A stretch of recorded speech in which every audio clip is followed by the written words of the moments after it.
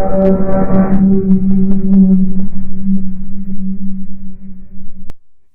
Athlas Duel for Divinity, two players take on a role of a young Athelian vying to assemble the portal back to Athlas, thus passing the final test to adulthood. The game has two phases.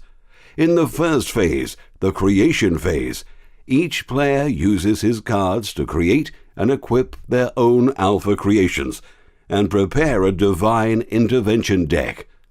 In the second phase, the command phase, the players summon units from these alpha creations onto the board. Ordering their units and using powerful divine spells, each side attempts to combine 2 of 3 ancient relics in order to open the portal and win the game. The creation phase is played simultaneously. Once both players have secretly created 3 alphas and prepared their divine intervention deck, the creation phase ends.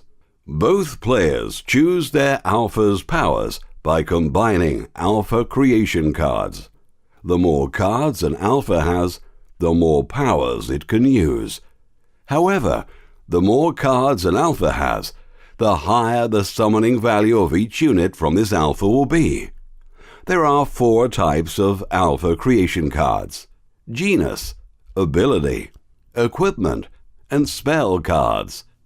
Each type has its unique symbol in the lower right corner and a different tint. When creating their alphas, players can combine any alpha creation cards they like, with the following restrictions. 1. Each alpha must have exactly 1 genus card. 2. An alpha can't carry more handheld equipment than it has hands.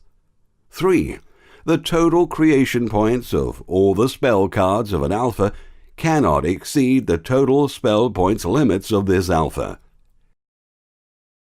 During the creation phase, each player may select up to 4 divine intervention cards with a combined value of 8 or less.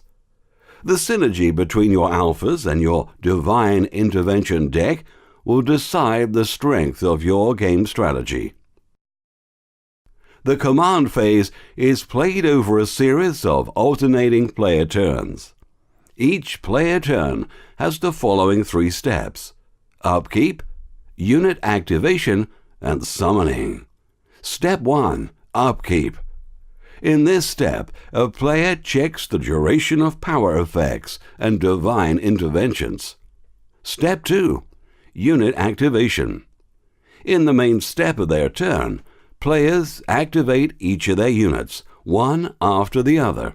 Each unit has 1 movement and 1 action, which are used to trigger any of their alpha or basic powers. Step 3. Summoning. After a player activates all of his units, that player may summon 1 new unit onto the game board, paying its summoning value. The command phase continues until the win condition is met, or both players declare a draw.